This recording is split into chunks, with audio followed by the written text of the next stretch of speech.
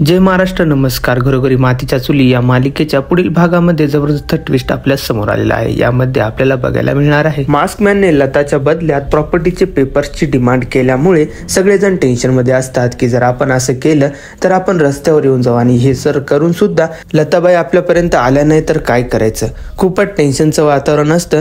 तेव्हा सौमित्र म्हणतो माझ्याकडे एक आयडिया आहे, आपण डॉक्युमेंट नकली बनवूया, डुप्लिकेट डॉक्युमेंट देऊया त्याला आणि ओरिजिनल आपल्याकडेच ठेवूया. आणि ठरल्याप्रमाणे दुसऱ्या दिवशी सौमित्र प्रॉपर्टीचे पेपरचे डुप्लिकेट बनवून आणतो व जानकीला सांगतो की या ब्ल्यू फाईल मध्ये ओरिजिनल डॉक्युमेंट आहेत आणि या रेड फाईल मध्ये डुप्लिकेट डॉक्युमेंट आहेत. व ऋषिकेश म्हणतो जानकी हे तुझ्याकडे घे आणि कपाटामध्ये व्यवस्थित ठेवून दे.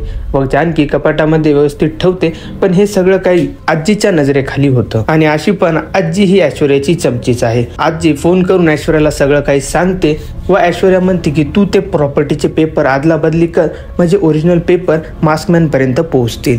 व त्यानंतर ऐश्वर्याने सांगितल्याप्रमाणे पेपर्सची आदला बदली करते. रेड फाईल मधले पेपर्स ब्लू फाईल मध्ये ठेवते आणि ब्लू फाईल मधले पेपर्स हे रेड फाईल मध्ये ठेवते. व तिकडे मास्कमॅन ऐश्वर्याला कॉल करून म्हणतो की त्या बाईवर विश्वास ठेवण्यासारखं तर आहे ना, ती आपलं काम व्यवस्थित करेल ना. व ऐश्वर्या म्हणते हो त्यांच्यावर आपण विश्वास ठेवू शकतो, ते व्यवस्थित काम करतील, तुम्ही काही टेन्शन घेऊ नका व तुम्हाला आता प्रॉपर्टीचे खरे पेपर मिळणार म्हणजे मिळणारच असं सांगते. पण इकडे आजी कपाटामध्ये वापस ती फाईल ठेवायला जाते.